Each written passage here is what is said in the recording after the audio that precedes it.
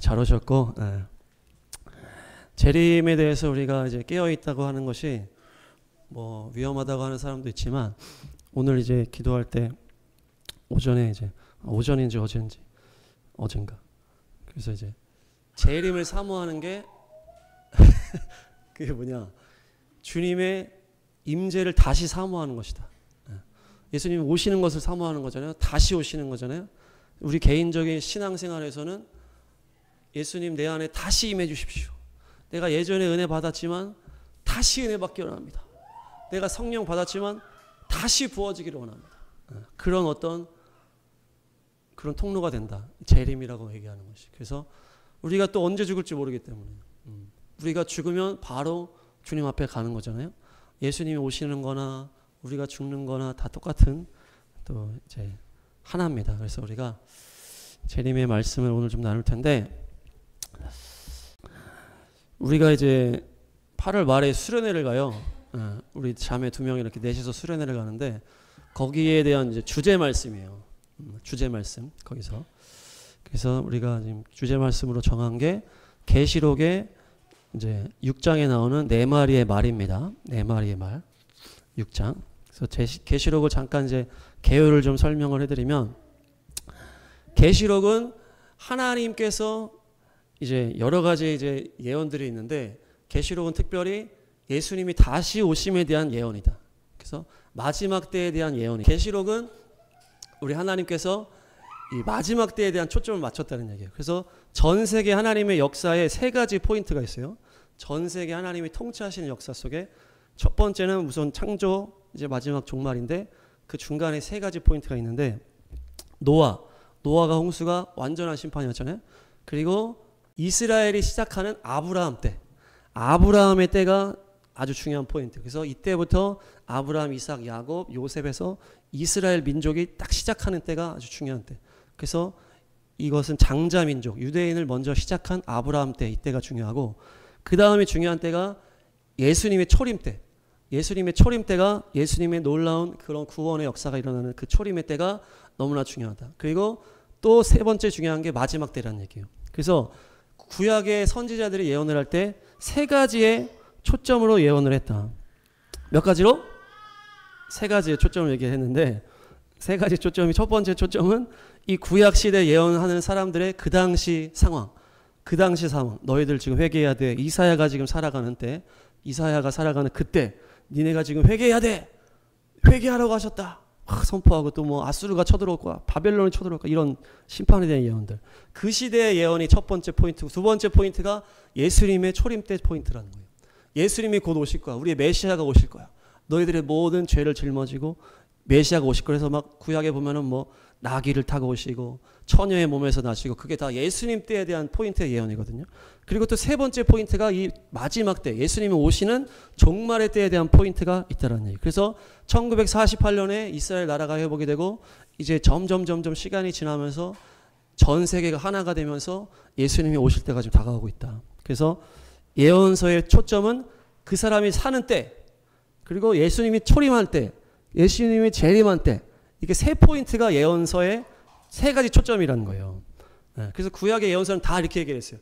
자기 앞에서 예언하고, 예수님의 초림을 예언하고, 예수님의 재림을 예언했다는 거예요. 그래서 크고 두려운 날, 아니면 이스라엘이 다시 돌아올 때, 전 세계에서 내가 너희들을 모아오겠다라든지 그런 것들이 이 3가지 포인트인데, 이 계시록은 언제 쓰여졌냐? 예수님이 십자가 완성하신 다음에 승천하시고 70년에 예루살렘 성전이 완전히 파괴되고 이스라엘이 다 뿔뿔이 흩어집니다. 그 다음에 90년대에 이 계시록이 쓰여졌다는 얘기예요. 그러니까 이 계시록의 초점은 어디밖에 안 남았다? 이 마지막 때밖에 안 남은 거예요. 이 구약의 모든 시간 다 지나왔고, 예수님 초림 다 끝났고, 다 흩어졌고, 그 다음에 마지막 남은 이 예수님이 오신 이 지금 우리가 사는 때. 그러니까 이 계시록의 말씀은 이 지금의 우리의 때에 대한 말씀이라는 거예요. 한마디로. 그래서 이 옛날에 신학자들 있잖아요. 뭐 어거스틴이라든지 루터라든지 칼빈이나 이런 사람들은 중간 시대에 살았던 사람들이기 때문에 이 계시록을 온전하게 풀 수가 없다는 얘기예요. 왜냐? 계시록은 이 마지막 때, 맨 마지막 때 이스라엘 나라가 회복이 되고 예수님이 오시기에 임박할 이때에 대한 예언이기 때문에 그 중간 사람들은 해석을 제대로 할 수가 없다. 그때는 이스라엘 나라도 회복되지 않았고, 그래서 칼빈은 내가 계시록을 해석하지 않겠다 이렇게 선언을 했어요. 칼빈은. 그러니까 이 계시록은 그만큼 이제 지금 마지막 때, 우리의 때에 대한 말씀이다. 그래서 지금 미혹들이 많고, 두 번째 특징은 계시록은 보고 쓴 책이라는 거. 보고 쓴 책. 요한이 하나님이 환상을 열어주셔서 눈으로 보고 쓴 책이라는. 그래서 이것이 눈으로 묘사한 장면들이 많아요. 이게 뭐뭐 같아, 이게 저거 같아, 뭐처럼 막 이렇게 해서 다 묘사를 했다. 물론 하나님의 말씀이 들린 것도 있지만 눈으로 보고 쓴 게 바로 계시록이라는 거예요. 그래서 여러분들 계시록 읽을 때 요한이 이 장면을 봤구나 이렇게 할 수가 있는데, 이게 세 가지가 있어요. 세 가지가. 계시록 아니 요한이 본 세 가지, 요한이 본 것이 세 가지로 나뉘는데, 첫 번째는 뭐다? 하늘의 그 보좌를 봅니다. 하나님이 계신 그곳, 하나님의 나라를 보고, 그 다음에 뭘 봐요? 이 마지막 때에 대한 장면들을 보는 거예요. 지금 우리가 사는 이 때에 대한 장면들을 눈으로 보는 거예요. 그러니까 요한은 이 옛날 시대 사람인데 이 마지막 때에 대한 장면을 보니까 요한이 이해되지 않는 부분들이 있다는 얘기예요. 이거는 뭐 같은데? 이거 뭐뭐 같은데? 이렇게 얘기할 수밖에 없었던 게, 요한의 시대에서는 지금 우리가 이 시대를 이거 보면 요한이 뭘 알겠어요? 검은 게 있었더라. 뭐 거기서 소리가 나온다더라. 이렇게 묘사를 했대. 그런 원리로 요한이 마지막 때에 대한 예언들을 보고서 썼다. 또 한 가지는 어떤 영적인 상징적인 표현들이 많이 나와요. 그래서 뭐 여자와 용이라든지 아니면 또 여러 가지 뭐 장면들이 있는데, 그것들은 하나님께서 어떤 비밀을 넣어서 상징적인 모습으로 보여준 부분들이 있고, 실제 어떤 영적인 부분들도 있는데, 많은 사람들이 어떻게 해석을 하냐. 요한계시록은 그냥 영적 상징이야. 다 이렇게만 얘기하는 거예요. 다 영적 상징이기 때문에 그대로 해석하는 게 아니야. 영적 상징이기 때문에 다 우리랑 연결해서 해석하지 않는다는 얘기예요. 근데 이 요한이 본 장면은 하늘의 영광 장면이 있고 영적 상징의 장면도 있지만 지금 이 시대에 대한 장면을 봤다는 얘기예요. 그래서 이해되지 않는 부분들을 요한이 자기가 아는 대로 해석을 했다는 얘기예요. 그래서 묘사를 했다. 이게 중요합니다. 그래서 특별히 이 계시록은 마지막 때로 갈수록 점점 열리는 말씀이에요. 그래서 이 말씀이 점점 주님이 열어주신다. 뒤로 갈수록 점점 좀 명확해지는 부분들이 있다는 얘기예요. 그래서 다 알고 싶죠. 저도 다 알고 싶지만 그것이 우리의 욕심일 수 있다. 그래서 하나님이 열어주시는 것만 우리가 이해하고 이것은 이거구나. 우리가 이걸로 분별해야 되겠다. 이렇게 하면 되겠어요. 그렇게 이해하시면 됩니다. 네. 계시록 6장 1절 2절 시작. 나는 그 어린 양이 그 7 봉인 가운데 하나를 떼는 것을 보았습니다. 그리고 나는 내 생물 가운데 하나가 우레 같은 소리로 오너라 하고 말하는 것을 들었습니다. 2절. 그리고 내가 보니 흰 말 한 마리가 있는데 그 위에 탄 사람은 활을 가지고 있었습니다. 그는 면류관을 쓰고 있는데 그는 이기면서 나아가고 이기려고 나아갔습니다. 아멘. 여기에 보니까 주인공이 3명이 나옵니다. 첫 번째는 어린 양 예수님이 나오는 거예요. 어린 양 예수님이 주인공이고, 그 다음에 내 생물이 나와요. 내 생물이 나오고, 그리고 말들이 나오는 거예요. 그러니까 이 주인공이 세 부분 나눠져 있어. 어린 양 예수님이 있고, 내 생물이 있고, 말이 있다. 그래서 이 인에 대한 스토리는 세 주인공이 나온다는 거 아셔야 돼요. 말만 나오는 게 아니에요. 그래서 이 어린 양이 7 봉인을 열기 시작하는 거예요. 그게 이제 이 장면인데, 이 7 봉인은 어디에 나오냐? 5장으로 가겠습니다. 바로 앞에 계시록 5장. 계시록 5장에 보시면 5장 5절 시작. 그런데 장로들 가운데서 하나가 나에게 울지 마십시오. 유다 지파에서 난 사자 곧 다윗의 뿌리가 승리하였으니 그가 이 7 봉인을 떼고 이 두루마리를 펼 수 있습니다 하고 말하였습니다. 아멘. 5장에서 무슨 장면이 나오냐면 두루마리가 나오는 거예요. 두루마리. 그 두루마리는 이렇게 스케치북 돌로 말하는 것처럼 두루마리가 딱 있는데, 이것이 7개의 봉인으로 딱 봉인되어 있는 거예요. 봉인은 우리 도장 같은 거 찍을 때 딱 이제 누가 건들지 못하게 딱 막는 건데, 이걸 7개로 딱 묶어놓고 이거를 누가 풀 수 있겠습니까? 하면서 다 막 풀 사람이 없으니까 요한이 막 우는 거예요. 그러니까 이것은 이 두루마리가 7개의 인봉으로 묶인 것은 이것이 뭘 말하는 걸까? 이 두루마리는 하나님의 말씀으로 이 보통 구약에서 쓰이고 율법을 말하는 율법책. 근데 여기서서 그래서 두루마리를 먹어라 이런 표현이 나옵니다. 구약에서 내 말씀을 먹으라는 얘기예요. 두루마리를 네가 이걸 먹어라. 받아 먹어라 이런 표현이 나오거든요. 그것이 하나님의 말씀을 먹으라라는 거예요. 그래서 근데 이 계시록 5장 2절 한번 보겠습니다. 5장 2절. 5장 2절 시작. 내가 보니 힘센 천사가 큰 소리로 이 봉인을 떼고 두루마리를 펴기에 합당한 사람이 누구인가 외쳤습니다. 이 봉인을 떼고 두루마리를 펴기에 합당한 사람이 누굽니까? 이 두루마리를 풀 사람이 누굽니까? 그러니까 아무도 없고 누구밖에 없었다는 거예요. 예수님밖에 없었다는 거예요. 어린 양 예수님밖에. 그러니까 이 두루마리는 예수님이 하신 일과 연관되는 거예요. 예수님이 하신 일이 뭐예요? 이든이. 예수님이 하신 일이 뭐래요? 우리 모든 인간을 대신해서 이 땅에 오셔서 모든 죄와 사망의 권세를 십자가에서 대신 죽으시고 부활하셔서 이 죽음과 사망의 죄의 권세를 깨뜨리신 분이 우리 예수님이라는 거예요. 우리를 구원한 분이 예수님이다. 그러니까 이 두루마리는 뭘 말하는 거예요? 이 두루마리는 구원의 말씀을 말하는 거예요. 예수님만이 할 수 있는 그 십자가 부활의 구원. 이 두루마리는 구원의 말씀을 말한다. 구원의 말씀. 이 요한도 왜 슬퍼해? 아, 이거 풀 사람이 없지. 왜 이걸 풀 사람이 없지? 안타까워요. 왜? 요한에게도 관련이 있는 거예요. 모든 인간이, 요한을 포함한 모든 인간이 구원받기 위해서는 이 두루마리가 풀려야 된다. 이 두루마리는 결국 뭐다? 구원하는 하나님의 말씀이라는 거예요. 그러니까 이 두루마리는 구원의 말씀이다. 자, 따라합니다. 두루마리는 구원의 말씀이다. 네. 그래서 이 두루마리가 펴지는데 이걸 두루마리는 만약에 이렇게 쓰면은 쫙 피면 쫙 펴지잖아, 한 번에.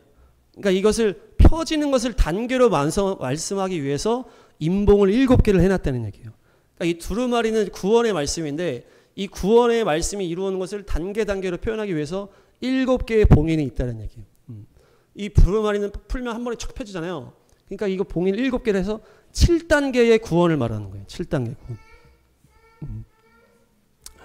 그래서 이 두루마리는 구원의 역사를 말하는 거고 이 구원의 역사가 7개의 단계를 통해서 마지막 때 이루어지는 것을 말하는 것이에요. 그래서 이 예수님께서 어린 양으로 나타나셔서 하신 일이 구원이라는 거예요. 구원. 그래서 우리가 구원하심이 보좌에 앉으신 어린 양이다. 그래서 여기서 예수님은 어린 양으로 나타나셔서 구원자로 나타나신 것이고 마지막 때 예수님이 이 열방의 구원을 완성하는 7단계가 여기 인의 장면이라는 거예요. 할렐루야. 그래서 이 인 다음에 7번째 인이 딱 떼집니다. 맨 마지막 구원의 완성이 딱 된 다음부터는 뭐가 불러져요? 나팔이 불어지는 거예요. 나팔은 심판에 대한 말씀이에요. 심판에 대한. 구원이 완성된 다음에 나팔과 대접 재앙이 들어오는 거예요. 그러니까 나팔은 심판이고 대접도 심판이에요. 그래서 우리 6장 16절 17절 계시록 6장 16, 17 6장 16, 17 시작. 산과 바위를 향하여 말하였습니다. 우리 위에 무너져 내려서 보좌에 앉으신 분의 얼굴과 어린 양의 진노로부터 우리를 숨겨다오. 그들이 진노를 받을 큰 날이 이르렀다. 누가 이것을 버티어낼 수 있겠느냐. 네, 그래서 이 마지막 인이 떼진 다음에 뭐라 그러는 거예요? 진노의 큰 날이 이르렀다. 이렇게 얘기를 하는 거예요. 이 인이라는 것은 구원의 역사를 이루는 그것이고 7인이 끝난 다음에는 심판이 들어가기 시작한다. 그래서 이 6장이 끝난 다음에 7장에 나오는데요. 7장 한번 가보겠습니다. 7장. 이것이 이제 구원의 완성에 대한 장면이 이제 계시록 7장이에요. 계시록 7장 1절 2절 시작. 그 뒤에 나는 천사 넷이 땅의 네 모퉁이에 서서 땅의 네 바람을 붙잡아서 땅이나 바다나 모든 나무에 바람이 불지 못하게 막고 있는 것을 보았습니다. 2절. 그리고 나는 다른 천사 하나가 살아계신 하나님의 도장을 가지고 해 돋는 쪽에서 올라오는 것을 보았습니다. 그는 땅과 바다를 해하는 권세를 받은 내 천사에게 큰 소리로 외쳤습니다. 아멘. 이제 6장에서 인이 다 마무리된 다음에 구원이 이제 마무리됐다고 그랬잖아요. 그러면서 이 7장에서 뭘 말하는 거예요? 내 모퉁이에서 바람을 잡았다 그래요. 바람.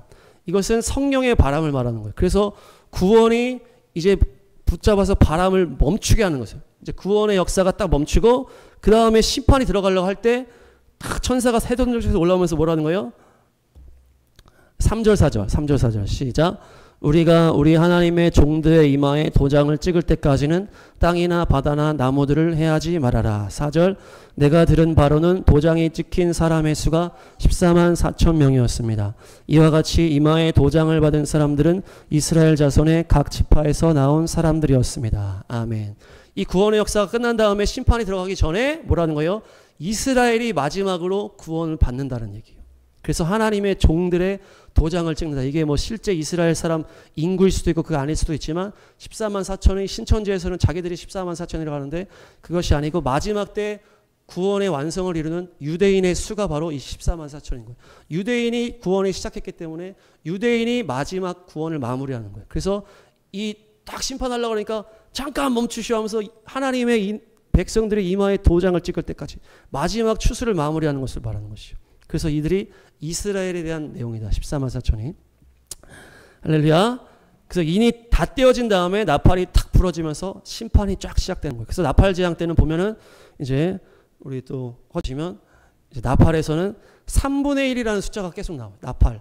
첫 번째 나팔, 두 번째 나팔 이렇게 할 때는 3분의 1이 죽었다. 3분의 1이 나무의 3분의 1, 배의 3분의 1, 바다의 3분의 1 막 이러면서 마지막 6번째 나팔 때는 이 중동에서 일어난 전쟁에 대해서 묘사를 하는데 이때도 사람이 3분의 1이 죽는 전쟁이 일어난다. 이렇게 얘기를 하는 거예요. 그러니까 이 나팔 재앙은 재앙인데 어떻게 되는 거예요? 부분적인 3분의 1의 심판이라는 거예요. 그리고 대접에는 그런 표현이 없어요. 그러니까 대접은 완전한 심판을 말하는 것이에요. 그래서 이는 구원의 역사 그리고 나팔부터는 심판인데 이 나팔에서 3분의 1 대접에서는 완전한 심판 이것이 계시록의 마지막 때를 딱 그려주는 거예요. 그래서 예, 그렇다. 그래서 이 두루마리 구원에 대해서 말씀을 나누겠습니다. 다시 한번 6장을 오시고 반갑습니다. 아멘. 어린 양이 봉인을 하나씩 떼는 거예요. 이것이 뭡니까? 구원의 역사가 하나씩 이루어지는 거예요. 그때 내 생물이 오너라 선포해요. 그러니까 흰말이 딱 나오는 거예요. 그러니까 이 흰말을 탄 자가 바로 누구다? 구원을 방해하는 존재라는 거예요. 내 생물은 뭡니까? 내 생물은 에스겔에 나오는데 내 생물은 하나님의 영광을 호위하는 호위무사 같은 보디가드 같은 존재. 하나님의 영광이 성전에서 떠날 때 에스겔 9장에 보면은 하나님의 영광을 호위해서 갑니다. 내 생물이. 하나님의 영광이 내 생물과 함께 그 성전을 떠나는 것을 에스겔이 딱 보는 거예요. 그러니까 하나님의 영광을 호위하는 자들이 내 생물이에요. 우리 눈에는 안 보입니다. 내 생물이 영적 존재예요. 내 생물이 막 이렇게 하나님의 영광을 호위하는 거예요. 그래서 우리가 화요일 날 4명이서 모여가지고 하나님의 영광을 운반해서 열방의 구원을 이루십시오 하면서 4명이서 막 기도하는 거예요. 그래서 우리가 법궤가 있으면 법궤를 딱 4명이 매잖아요. 법궤 딱 이제 4명이 딱 매서 그 법궤를 들고 왔단 말이에요. 이 법궤가 뭡니까? 하나님의 영광이 임하는 곳이죠. 그래서 우리가 하나님의 영광을 운반해서 열방으로 이제 날리는 거예요. 화살을 쏘고 미사일을 쏘고. 그래서 기도로 영적 전쟁을 하자 그래서 우리가 화요일날 그 영적 전쟁을 하고 있어요. 우리가 인도를 위해서도 기도합니다. 북녘 땅 이스라엘 다 하는 거예요. 그래서 그렇게 하는 건데 이 내 생물이 이제 하나님의 영광을 운반하는 이제 그룹들이에요. 그래서 지금 뭐라는 거예요? 내 생물이 오너라 이렇게 한다는 말이에요. 오너라. 어린 양의 구원을 딱 떼니까 오너라 하니까 누가 나요? 흰말 타고 막 나오는 거예요. 그러니까 이게 지금 어떤 장면이에요? 싸우는 장면이에요. 내 생물과 흰말이 싸우는 거예요. 그러니까 예수님이 구원의 역사를 이룰 때 내 생물이 하나님의 영광과 함께 구원의 역사를 열방에서 이룰 때 오너라 하니까 싸우는 거예요. 영적 싸움. 흰말을 탄 애들이 탁 와서 싸우는 거예요. 그래서 네 마리의 말은 다 결국에 구원을 방해하는 어둠의 영인 거예요. 그래서 네 마리의 말은 구원을 방해하는 영인데 이거 스가랴에서 한번 보겠습니다. 스가랴와 계시록 같이 연결되는데 스가랴 말씀도 구약의 말씀이지만 마지막 때를 예언하는 거예요. 많은 사람들이 구약에서 모든 것이 예수님으로 인해서 다 끝났다 이렇게 얘기를 하는 게 잘못된 거예요. 이사야도 종말을 예언을 했고 다니엘도 종말을 얘기했고 스가랴도 종말을 얘기했어요. 구약이 다 지금 모든 시간을 다 예언을 하는 거예요. 근데 구약을 예수님부터 딱 끝났다 구약은 이렇게 얘기를 한다. 그게 잘못된 거예요. 그래서 스가랴도 종말에 대한 말씀인데 스가랴 6장 1, 2, 3절 스가랴 6장 1, 2, 3절 시작. 내가 또 고개를 들고 바라보니 내 앞에 두 산 사이에서 병거 4대가 나왔다. 두 산은 노쇠로 된 산이다. 첫째 병거는 붉은 말들이 끌고 있고, 둘째 병거는 검은 말들이, 셋째 병거는 흰 말들이, 넷째 병거는 얼룩말들이 끌고 있었다. 말들은 모두 건장하였다. 아멘. 여기서 병거를 모은 말들이 나오는데 여기도 4종류의 말이 나옵니다. 그래서 붉은 말, 흰 말, 얼룩말, 검은 말 이렇게 나오는데 이들은 다르죠? 병거가 이렇게 있는데 어쨌든 말들이에요, 말들. 그러니까 스가랴가 이 말들이 뭡니까? 이렇게 물어보니까 5절에 뭐라 그래요? 시작. 그 천사가 나에게 대답하였다. 그것들은 하늘의 내 영이다. 온 세상을 다스리시는 주님을 뵙고서 지금 떠나는 길이다. 아멘. 하늘의 영이라는 거예요, 영. 이 말이. 이 하늘은 뭡니까? 천하 공중을 말하는 거예요. 공중. 천지, 천하 공중. 그래서 하늘의 영이다. 이 천하에 떠도는 영이다. 그래서 영은 루아흐인데 여기 성령님을 말한다기보다는 온 세상에 운행하는 영을 말하는 거예요. 운행하는. 그러니까 공중을 다니는 영들을 말하는 거예요. 그러니까 이 말들은 온 세상의 영을 어떤 말하는 상징적인 표현이라는 거예요. 6장 7절 한번 보겠습니다. 6장 7절 시작. 그 건장한 말들이 나가서 땅을 두루 돌아다니고자 하니 그 천사가 말하였다. 떠나거라. 땅을 두루 돌아다녀라. 병거들은 땅을 두루 돌아다녔다. 아멘. 그러니까 이 말들이 어떻게 했다는 거예요? 온 땅을 두루 다녔다는 얘기예요. 그러니까 이 말들은 영을 상징하고 온 세상을 끌어가는 영을 말하는 거예요. 그러니까 이 온 세상에 그 영들이 구원의 역사를 방해하는데 그것이 4개로 나눠져서 이 4마리의 말로 지금 표현이 되는 거예요. 온 세상을 두루 돌아다닌다, 이 말이. 온 세상을 돌아다니다가 이제 왔다가 또 가는데 이 말들이 계시록에서 똑같이 온 세상을 다니는 영적인 움직임이라는 거예요. 영적인 어떤 움직임. 그래서 계시록에서 말하는 것이 예수님께서 구원의 단계를 마지막 때 막 이루실 때 방해하는 영적 움직임을 말한다. 구원이 계속 이루어질 때 방해하는 영적 움직임을 말한다. 그래서 4가지 말은 심판을 가져오는 구원을 방해하는 온 세상을 다니는 영이다. 네. 그래서 우리가 그 영의 그 4가지를 뿌리를 뽑자, 수련회 가서. 그래서 4가지로 나눠서 박살을 내는 영적 싸움을 하려고 수련회 때 이제 가는 거예요. 그래서 지금 엄청난 영적 전쟁을 하고 있다. 수련회가 막 이렇게. 그래서 우리가 수련회 때 이 4가지를 박살을 내는 거예요. 열방 가운데 구원을 방해하는 4가지의 막 그 영의 흐름이 있다는 거예요. 그것을 우리가 파쇄하는 거예요. 그래서 오늘 한번 보도록 하겠습니다. 첫 번째 말은, 자, 한번 선포하겠습니다. 열방의 어둠의 영은 파쇄될지어다. 예수님의 이름으로 파쇄될지어다. 네, 이렇게. 첫 번째 보시면 흰말인데요. 흰말은 그 탄자가 있어요. 탄자가 화살을 가졌다고 하고 머리에 면류관을 쓰고 있고 이기려고 한다. 이렇게 3가지로 묘사가 되어 있어요. 흰말, 화살을 가졌고 면류관을 썼고 이기려고 한다. 그래서 이것이 흰말을 탄 영적 움직임이에요. 그 구원을 방해하는. 예수님이 재림하실 때 보면은 타는 말이 흰말입니다. 19장에 보면 예수님이 오실 때 흰말을 타고, 그 사람들이 예수님을 따라하는 애들이 맨날 흰말을 타는 거예요. 그래서 김일성도 흰말을 타고 김정일도 흰말을 타는 거예요. 자기가 막 교주라고 하는 애들은 다 흰말을 타. 자기가 속이 너무 더러우니까 깨끗한 말을 타면서 내가 착하다 이렇게 하는 거예요. 그러니까 우리 땅에, 이 한국 땅에도 자기가 재림 예수라고 하는 사람이 40명이나 있다는 거 아니에요. 그 이단 교주들을 말하는 거예요. 이단 교주들, 김정은이나 뭐 또 뭐. 예, 그래서 이 자기가 깨끗한 존재라고 드러내고 싶은 어둠의 존재들이 흰 말을 탄다. 예. 뭐 다 그런 건 아니고 우리도 우리 흰 말을 탔는데 그래도 신혼여행 가서 흰 말도 할 수 있고 어쨌든 그래서 에베소 화살을 들었다죠. 이 탄 사람이 화살을 들었다. 화살은 뭐예요? 에베소서에서 하나님의 전신갑주를 믿음의 방패로 뭘 막습니까? 마귀의 불화살을 막는다. 그래서 믿음의 방패로 마귀의 불화살. 마귀가 불화살을 써요. 그게 뭡니까?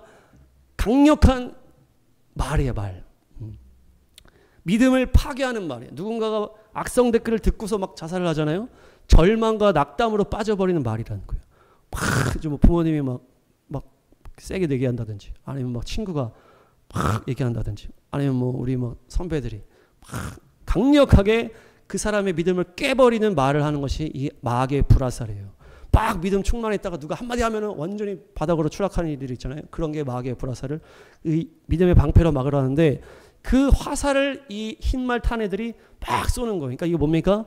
이거는 뭐 낙담시킨다기보다는 이 말로 자기를 숭배하게 만드는 이 거짓 적그리스도 영이고 이단의 영이라는 거예요. 자기가 교주가 되려고 하고 적그리스도 영으로 자기가 막 누구의 통치를 받기 위해서. 그래서 이자가 머리에 뭘 썼어요? 면류관을 쓴 거예요. 면류관. 이 어떤 권력 욕을 말하는 거죠. 면류관을 쓰고 자기가 왕이 되려고 하고 자기가 신이 되려고 하고 이단 교주, 뭐 히틀러, 김일성 이런 애들이 다 같은 맥락이고 특별히 우리가 최근에 딱 보게 된 거는 로마 카톨릭의 그 어떤 영적인 그 움직임이 결국에는 이 영이다. 이 흰말의 영이다. 그래서 교황이 옛날에는 막 우리 인간보다도 위에 있다고 그렇게 했단 말이에요. 그래서 권력에 대한 이 욕심이 교황 안에 들어가고 이 카톨릭이 그것으로 인해서 종교다원주의 마지막 때 하고 있는데 어쨌든 이 권력이 이 적그리스도의 영이 되어서 이 흰말이 구원과 역사를 방해한다는 얘기예요. 근데 이들이 또 뭐라 그래요? 이기고 또 이기려고 한다 이렇게 하잖아요. 이 권력과 권세에 대한 이 욕망은 끝이 없다는 걸 말하는 거예요. 김씨 일가가 3대로 계속 세습을 하고 그 딸한테도 세습을 하려고 지금 이렇게 하는 독재를 이제 아프리카 우리가 막 남아메리카 아프리카 보면은 막 독재가 막 한도 끝도 없어. 막 50년 60년 독재를 하는 거예요. 그러니까 사람들을 막 죽이면서도 자기가 독재를 해서 자기가 권력을 유지하려고 하는 것이 이 사람의 끝없는 욕망이다. 이기고 이기려고 한다. 계속 차지하려고 한다는 거예요. 이 흰말을 탄 이것이 이단과 적그리스도용이요. 또 타락하는 권력의 용이다. 그래서 이집트의 상징적인 게 뭡니까? 그 피라미드고 그 이집트가 태양신 숭배론, 태양신 숭배. 그래서 이집트에서 뭡니까? 뭐 그 파라오가 태양이다, 신이다 이렇게 했단 말이에요. 그것이 어디로 넘어온 거예요? 카톨릭으로 넘어온 거예요. 그래서 카톨릭 십자가는 태양이 들어가 있어요. 태양이 들어가 있는 십자가. 그리고 그것들로 인해서 뭡니까? 일본에서도 그 태양신을 숭배했고 북한도 태양신을 숭배하면서 이 태양신이 결국에는 권력을 차지하려고 하는 어떤 권력욕이라는 거예요. 네, 그게 하여튼 첫째 말이 그런 내용입니다. 이해가 되셨죠? 그래서 이 적그리스도의 영으로 자기가 신이 되고 하고 자기가 권력을 잡고서 끝도 없이 자기를 숭배하게 만들려고 하는 것이 이 흰말이에요. 그것이 구원을 방해하는 첫 번째 요소고 두 번째 6장 4절 시작. 그때 불빛과 같은 다른 말 한 마리가 튀어나오는데 그 위에 탄 사람은 사람들이 서로 죽이는 일이 벌어지도록 땅에서 평화를 없애는 권세를 받아서 가졌습니다. 또 큰 칼을 받아서 가지고 있었습니다. 이 붉은 말입니다. 이 빨간 말, 붉은 말. 이것이 뭐예요? 서로 죽이는다. 평화를 없앤다. 그리고 큰 칼이다. 이 세 가지. 붉은 색깔인데 서로 죽이고 평화를 없애고 큰 칼. 이것은 뭐예요? 공산주의 사회주의를 말하는 거예요. 공산주의의 색깔이 다 빨간색이잖아요. 소련과 중국이 다 빨간색으로 도배를 했고 이 공산주의에 사로잡히면 어떻게 돼요? 서로 계속 죽이는 거예요. 평화가 없어. 그래서 북한 사람들이 어떻게 맨날 뭐라 했다 그래요? 생활총화라 그래가지고 너는 뭘 잘못했지 뭘 잘못했지 막 김일성 그 이상한 걸 가지고 서로 막 공격하는 거예요. 매일매일 그 일주일에 한 번씩 계속 그걸 했다는 얘기예요. 생활총화. 서로 지적하고 감시하고 가족이도 나중에 팔아버리고. 그래서 공산주의가 들어가면 가족이고 뭐고 다 없는 거예요. 그래서 옛날에 순교자들이 다 막 자식이 막 죽이고 그랬잖아요. 그러니까 공산주의는 죄를 서로 지적하는 지적이에요. 거기에 물들게 되면은 마음속에 평강이 없어져 버려. 다 사람이 그래서 요즘은 다 예민해져. 예민해가지고 너는 막 이걸 안 지키고 막. 옛날에 화장실에 제가 세수하고서 이렇게 했는데 물이 살짝 옆에 튀니까 막 나를 죽일 듯이 노려보는 거예요. 요즘 사람 다 너무 예민한 거야. 막 끼어들면 팍 하면서 이것이 이게 공산주의에 다 물들어가면 이렇게 되는 거예요. 그래서 서로 막 예민하고 사사건건 지적하고 그것이 다 무신론. 공산주의에서 다 무신론이 나오고 거기서 사회주의가 나오고 인본주의가 나오면서 하나님을 대적하고 하나님을 다 머리로만 믿고 이렇게 되는 그것이 다 교회로도 들어오고 그러니까 이 공산주의가 전 세계로 지금 물들고 있어요. 우리가 열방을 다 기도하잖아요. 공산주의가 안 들어간 나라가 없어. 다 들어가 있어. 공산주의가 들어가면 다 망하는 거예요. 다 망해. 다 독재를 하고 있고 다 서로 죽이고 있는 거예요. 이 큰 칼이라고 하는 것은 칼은 마카이라라고 합니다. 따라합니다. 마카이라. 마카이라는 검이에요. 검. 그래서 예수님이 내가 화평을 주러 온 게 아니요 검을 주러 왔다. 이것이 여기서 나오는 이것은 다투고 싸운다 이런 것이고 이것은 전쟁이라는 의미가 들어가 있어요. 큰 칼은 바로 큰 전쟁을 말하는 것이죠. 큰은 메가스. 그래서 엄청난 큰 전쟁. 공산주의로 인한 전쟁이 지금 열방에 얼마나 많은지 몰라. 그리고 이것은 전쟁을 말하고 또한 학살을 말해. 학살. 큰 칼은 학살을 일어나는. 이게 이제 공산주의로 사람들이 엄청 캄보디아를 우리가 또 기도하고 보는데 폴포트라는 독재자가 있어요. 이 사람이 공산주의를 서양에서 배우고 들어와가지고 캄보디아에서 공산혁명을 일으켰는데 4년 만에 200만 명을 죽였어요. 공산주의에 물들어가지고 너는 자본주의 같아 다 죽여버려. 안경 꼈어도 똑똑해 죽여버려. 그렇게 해가지고 모두를 죽이고 했는데 200만 명을 죽였다는 얘기예요. 이게 알려지지가 않았는데 중국의 마오쩌둥은 5천만 명을 죽였다 그래. 그 공산혁명하면서 스탈린도 5천만 명 죽이고 북한 땅도 다 죽이고 있고. 그러니까 공산주의는 학살과 전쟁을 가져오는 거예요. 이것으로 다 죽음 가운데 있으면서 주님의 구원이 들어갈 수 없게 만드는 것이 바로 이 빨간 말. 빨간 말. 기억하시기 바랍니다. 분별하시기 바랍니다. 여러분들의 공산주의를 잘 대적을 해야 돼. 이것이 다 미혹으로 들어온단 말이에요. 6장 5절 6장 5절 세 번째 말 시작. 그 어린 양이 셋째 봉인을 뗄 때에 나는 셋째 생물이 오너라 하고 말하는 것을 들었습니다. 그리고 내가 보니 검은 말 한 마리가 있는데 그 위에 탄 사람은 손에 저울을 들고 있었습니다. 6절 그리고 내 생물 가운데서 나오는 듯한 음성이 들려왔는데 밀 한 대도 하루 품삯이요 보리 석 대도 하루 품삯이다. 올리브 기름과 포도주에는 해를 끼치지 말아라 하고 말하였습니다. 아멘. 검은 말이 나오고 저울을 들고 있고 생물이 말하는 거예요. 밀 한 대가 하루 품삯이고 보리 석 대가 하루 품삯이다. 하루 품삯은 데나리온을 말합니다. 그때 당시에 한 데나리온이 하루 품삯이었다는 얘기예요. 그래서 지금으로 따지면 한 10만 원 정도. 우리 뭐 노가다 일당 정도 7만 원, 10만 원. 한 데나리온이 하루 일당이. 그래서 그 돈으로는 밀을 원래는 5대를 살 수 있어야 되는데 지금은 한 대밖에 못 산다. 그리고 원래는 보리를 24대를 사야 되는데 지금은 3대밖에 못 산다. 이것이 물가가 올라갔다는 것을 말하는 인플레이션. 그래서 지금 제가 계산해 봤어요. 밀가루가 1kg에 5,000원 정도 들어가 보니까. 한 대가 1.5kg에 한 대가. 그러니까 이제 뭐 10,000원 정도라고 보면 돼. 근데 10만 원이라 그러니까 물가가 10배가 오른 거예요. 10배가. 10배가 지금 오른 상황 물가가. 그리고 이 저울은 상거래를 말하는 거예요. 상거래. 이 검은 말이라는 것은 돈 거래 속에 있는 검은 손을 말하는 거예요. 그래서 우리가 검은 말은 돈으로 인한 인플레이션을 말하는 것이죠. 이 검은 말은 돈의 미혹이요 만몬의 영이다 이걸 말하는 거예요. 돈에 빠지고 돈을 돌리는 재미에 빠진 사람들이 마지막 때 점점 많아집니다. 또 특별히 뭐 전 세계에 막 쥐락펴락하는 세력이 있다고 그러죠. 막 엄청난 돈을 가지고 뭐 프리메이슨이다, 일루미나티다 하면서 뭐 숨어 있는 뭐 엄청난 검은 세력들이 있다. 막 그들이 막 이런 하고 있다 이렇게 얘기하잖아요. 그러니까 이것이 마지막 때 현상이에요. 그래서 다 사람들을 돈으로 다 끌고 가는 거예요. 다 빚을 지게 해서 다 끌고 간다든지 아니면 막 주식 투자나 막 이런 거에 다 부동산 모든 돈을 불리는 거에 관심을 갖게 해서 전 세계적인 시스템으로 완전히 이들이 잡고 있기 때문에 계속 가난한 나라는 계속 가난하게 이렇게 다 잡고 있다. 이번에 망한 티몬과 UMF 같은 기업도 어때요? 그 신용이라는 시스템을 했다는 거예요. 돈을 계속 빌려주는 거예요. 시스템이. 그러니까 그런 헛된 욕심으로 하다가 망하는 거잖아요. 또 그런 뒤에 있는 검은 손과 같은 이런 돈의 시스템을 말하는 이 검은 말이. 그래서 돈으로 인한 엄청난 인플레이션을 말하는 거예요. 전 세계를 말할 때 전 세계를 보면은 이런 일로 지금 사로잡혀가는 사람들이 있고 이것으로 인해서 완전히 망해가는 나라들이 있다. 돈에 빠지지 마시길 바랍니다. 우리 또 사울 하시니까.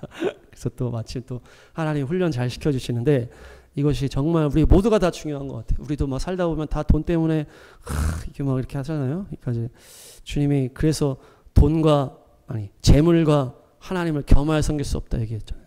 그래서 이 검은 말, 상거래 뒤에 있는 그 숨은 손. 근데 여기 마지막에 뭐라고 했어요?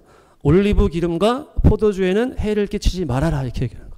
이 올리브 기름은 그 성령의 등잔을 말하는 거예요. 성령의 기름 부음을 말하는 올리브 기름으로 등잔을 밝히는 성령의 기름 부음을 말하고 포도주는 예수님의 거룩하신 보혈을 말하는 거예요. 이 기름 부음 받은 자가 예수님의 피를 의지해서 주님을 예배하고 이 마지막 때 주님의 거룩하신 그것을 나아갈 때 주님께서 마지막 때 그 인플레이션 기근 가운데 이들을 구원하시겠다는 얘기예요. 그래서 마지막 때 하나님의 거룩한 손에 붙잡힌 사람들이 하나님은 먹이시고 오히려 세상의 수많은 돈이 이들에게 모인다. 이들에게. 그 주님께서 마지막 때 놀라운 선교와 구원의 역사에 헌신하는 사람들을 먹이는데 딴 사람이 돈 벌어놓은 걸로 먹이는 거예요. 가나안 땅 들어갈 때 어떻게 했어요? 그 사람들이 다 세워놓은 거를 가나안 다 죽이면서 이스라엘 백성이 들어가 차지했다고 하죠. 그렇게 연결이 되는 거예요. 그들이 다 해놓은 거를 우리가 차지하는 거예요. 이사야 61장 6절 시작. 사람들은 너희를 주님의 제사장이라고 부를 것이며 우리 하나님의 봉사자라고 일컬을 것이다. 열방의 재물이 너희 것이 되어 너희가 마음껏 쓸 것이고 그들의 부귀영화가 바로 너의 것임을 너희가 자랑할 것이다. 아멘. 이 그 말이죠. 열방의 재물이 너희 것이 된다. 주님의 제사장이라고 하는 너희들, 하나님의 봉사자라고 하는 너희들에게 열방의 재물이 너한테 모인다. 그들의 부귀영화가 너희 것이 된다. 이렇게 얘기하는 거예요. 열방의 재물이 하나님 앞에 헌신하고 거룩하게 구별된 자에게 가게 된다는 얘기. 이것이 올리브 기름과 포도주는 해하지 말라라고 하는 것이. 엄청난 기근이 있고 인플레이션이 있고 다들 돈의 노예가 돼서 막 갈 때에 그 하나님 앞에서 내가 돈의 십자가 못 받고 내가 주님의 구원 앞에 헌신해가지고 거룩한 성령의 기름을 받고 보혈을 의지해서 막 죄를 이기면서 막 주님을 예배하고 주님의 구원의 역사를 이루기 위해서 기도하고 전도하고 하는 자들을 주님이 먹이신다는 얘기예요. 그래서 우리는 이 기근과 인플레이션을 마지막 때는 이길 수 있는 존재가 되시길 바랍니다. 그런 존재가 될 줄로 믿습니다. 그래서 우리 또 허집사님도 또 이제 막 사업하시고 하실 때 거룩한 믿음으로 계속 나가면은 주님이 다 먹이시는 거예요. 다. 애들도 다 먹이시고. 두려워하지 마시기 바랍니다. 주님만 붙들면 주님이 다 먹이시는 거예요. 그냥 막 그 돈들 다 갖다 붙여주. 중요한 건 뭐예요? 올리브 기름이어야 돼. 온전한 주님의 성령에 충만한 사람이어야 되고 거룩한 포도주, 죄를 이기는 순결한 주님의 신부가 되어야 된다. 그렇게 했을 때 이 마지막에서 점점 구별되는 자들을 주님이 먹이신다. 자, 마지막 청황색 말 6장 8절 계시록 6장 8절 시작. 그리고 내가 보니 청황색 말 한 마리가 있는데 그 위에 탄 사람의 이름은 사망이고 지옥이 그를 뒤따르고 있었습니다. 그들은 칼과 기근과 죽음과 들짐승으로서 4분의 1에 이르는 땅의 주민들을 멸하는 권세를 받아가지고 있었습니다. 아멘. 이 청황색은 이제 녹색이다. 클로노스라 그래가지고 녹색 계통인데 사람의 얼굴이 창백해지는 것을 말하는 거예요. 겁에 질리는 것을 말해요. 창백해지고 겁에 질려. 너무 무서워. 무서워. 그 위에 사망이라는 이름의 사람이 타고 있고 지옥이 뒤를 따르고 있다. 이렇게 얘기하죠. 이번에 파리올림픽 개막식에 이거를 가지고 그 사람들이 가지고 한 거예요. 거기서 약간 뭐 로봇 말인지 하여튼 막 그런 말을 가지고 그 위에 얼굴에 막 새까만 어떤 애가 이걸 타고서 막 난리 쳤어요. 그 개막식 보시면. 그러니까 이 프랑스가 이것은 뭘 말한다? 이것은 이슬람의 영을 말한다. 이슬람의 영. 마지막 청황색 말은. 프랑스가 지금 엄청나게 이슬람의 사람들이 다 사로잡았거든요. 그러니까 이 청황색 말은 이슬람의 영을 말하는 거예요. 그래서 마지막 때 이슬람의 영은 주님의 구원을 방해할 뿐만 아니라 인류의 4분의 1의 이들을 죽음으로 자꾸 이끄는 강력한 권세를 가지고 있다. 지금 이슬람 인구가 전 세계 4분의 1에 딱. 전 세계 4분의 1의 이슬람의 인구다. 그래서 수많은 박해와 순교자들이 지금 이슬람 땅에서 이루어지고 있고 사람의 목을 잘라버리고 도저히 이들이 아주 그냥 애는 그냥 막 10명씩 나면서 그들의 그 이슬람 교리를 완전히 전 세계를 뒤덮고 있다. 강력한 사단의 구원을 막는 마지막 그 최후의 끝판왕 같은 존재가 바로 이슬람이라는 거예요. 그 사람들이 겁에 질릴 수밖에 없는 거예요. 청황색 말이 뭐였다고 했어요? 겁에 질린 얼굴이라고 했죠. 이슬람이 막 사람을 무자비하게 죽이는 거예요. 하마스 이번에 이스라엘 테러할 때도 애들을 다 불태워 죽였다 그러고 막 목을 잘라 죽었다 그러고. 그러니까 이들이 칼과 기근과 죽음과 들짐승으로 사람을 멸한다 이렇게 하거든요. 칼과 기근, 죽음, 들짐승. 이게 뭐예요? 칼은 학살이라고 그랬죠. 학살. 그리고 전쟁이라고 그랬어요. 그리고 기근. 이슬람이 쫙 잡으면 다 기근이에요. 거기서는. 석유만 없으면 완전히 다 사막이요. 기근. 이슬람이 사로잡힌 나라들은 다 기근이라는 거예요. 그리고 죽음은 뭡니까? 죽음으로 사람을 멸한다는 거예요. 이것을 자살 폭탄 테러를 말하는 거예요. 이슬람에 사로잡히면 어때요? 네가 지금 자살 폭탄 테러를 해서 비행기를 테러를 하고 총으로 테러를 하면은 니는 죽어서 바로 천국에 입성을 해. 폭탄 테러하지 않고 자살 테러하지 않으면은 다 죽은 다음에 니네가 잘한 거 못한 걸 다 저울에 대. 그래서 네가 잘한 게 많으면은 천국으로 가는데 자살 폭탄 테러에서 네가 이게 이 이슬람식으로는 순교지. 이슬람이 위에서 목숨을 걸어서 자살 폭탄 테러를 하면은 바로 천국에 직행을 해. 근데 여자들은 천국에 못 가 이슬람에서. 남자들만 천국에 가는데 거기서 여자 천사들이 30명이 너를 호위하면서 너를 술판을 벌일 수가 있다. 그게 이슬람의 천국 그 천국의 어떤 교리예요, 교리.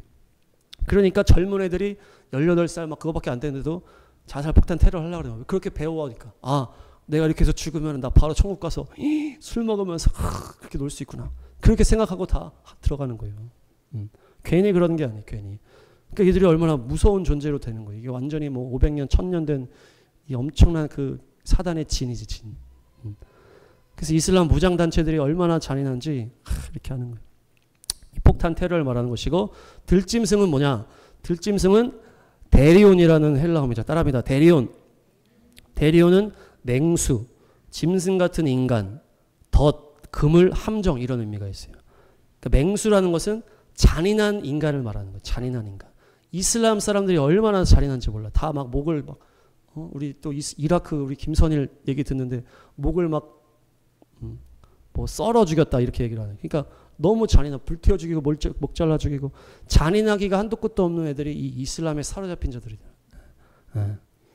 그리고 이들의 교리가 네가 이 이슬람을 전도할 수 있으면 너가 거짓말을 해도 된다. 그러니까 이 땅에 와가지고도 이슬람 남자들이 와가지고 한국 자매들을 막 유혹하면서 막 다 거짓말로 다 하는 거예요. 알고 보니까 다 이슬람 땅에 또 와이프가 또 있고 그러면서 다 해가지고 한국에 들어와가지고 그 여권을 받아가지고 시민권 받아가지고 여기서 또 이슬람을 전파하기 위해서. 그리고 이슬람은 완전히 매스컴을 다 거짓으로 도배하는 애들이에요. 거짓. 그러니까 얘네들은 교리상 거짓말해도 되기 때문에 이슬람을 위해서 무조건 거짓말하는 거예요. 공산주의도 거짓말하는데 얘는 더 심각해. 그래서 지금 이스라엘과 하마스 전쟁을 딱 보도를 할 때도 이스람이 계속 이스라엘 쪽에 미사일을 계속 쏴. 근데 거기는 매스컴이 안 나와. 우리나라는 계속 쏘는데 아이언돔으로 계속 위에서 와가.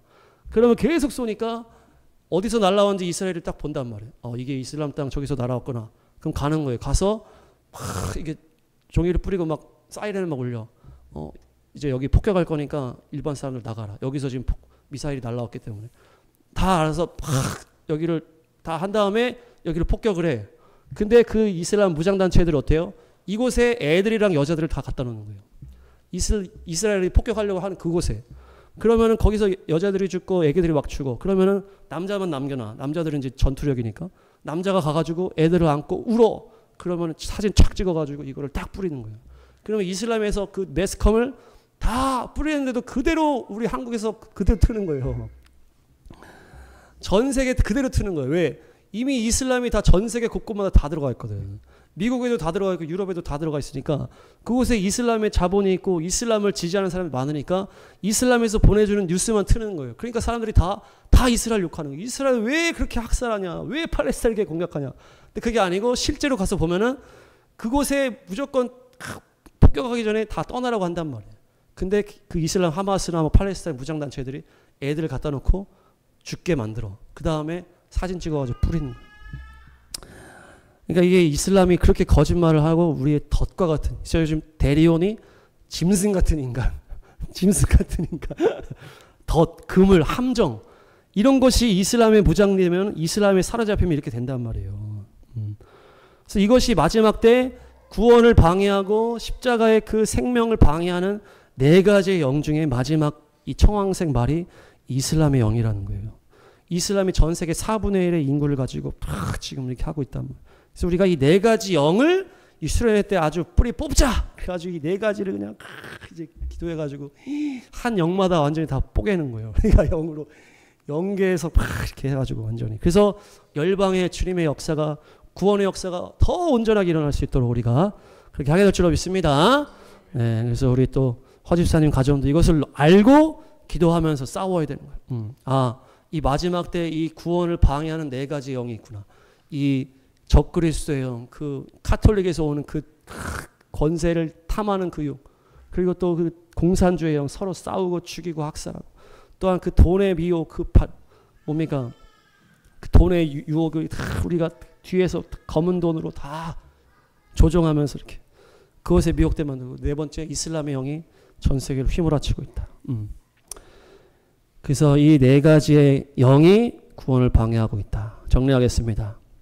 첫 번째 말은 적그리스도의 영, 이단과 교주의 영, 히틀러와 김일성 같은 독재자의 영, 가톨릭의 영, 태양신을 숭배하는, 그래서 권력을 가지고 계속 헛된 거짓으로 사람들을 사로잡아서 자기를 숭배하게 하는 것. 두 번째는 서로 죽이고 평화가 없는 전쟁의 근원인 공산주의. 여기서 물들어 버리면 서로 계속 죽이는 거예요. 세 번째는 돈의 유혹, 만몬의 영이라고 해서 검은 손을 가지고 다 사람들 돈으로 미혹해서 온통 속임수로 온 세상을 끌어가는 검은 손이 있다. 마지막 때 주님의 구원의 일에 헌신한 성령 충만한 보혈을 가진 하나님의 예배자들은 주님이 보호하신다. 수많은 기근과 인플레이션에서도 그들을 먹이신다. 오히려 그들이 하나님의 일을 감당할 수 있도록 재정을 모아주신다. 그것이 하나님의 또 역사고, 네 번째는 정말 사람을 질리게 만들어 무섭게 벌벌 떨게 만드는 마지막 강력한 이슬람의 영이 전 세계 4분의 1을 사로잡아서 자살 폭탄 테러로, 기근으로, 또 막 두려움 잔인함으로 이 열방을 막 흔들면서 또 이스라엘을 욕먹게 하면서 하나님과 다 멀어지게 만들고 있다. 그래서 이들이, 그렇지만 이슬람 땅에도 지금 구원의 역사가 있어요. 그래서 주님이 막 꿈에서 나타나서 이슬람을 다 변화시키는. 어쨌든 이 영을 우리가 이겨서 구원의 역사를 이루고 예수님이 오실 길을 예비하게 될 줄로 믿습니다.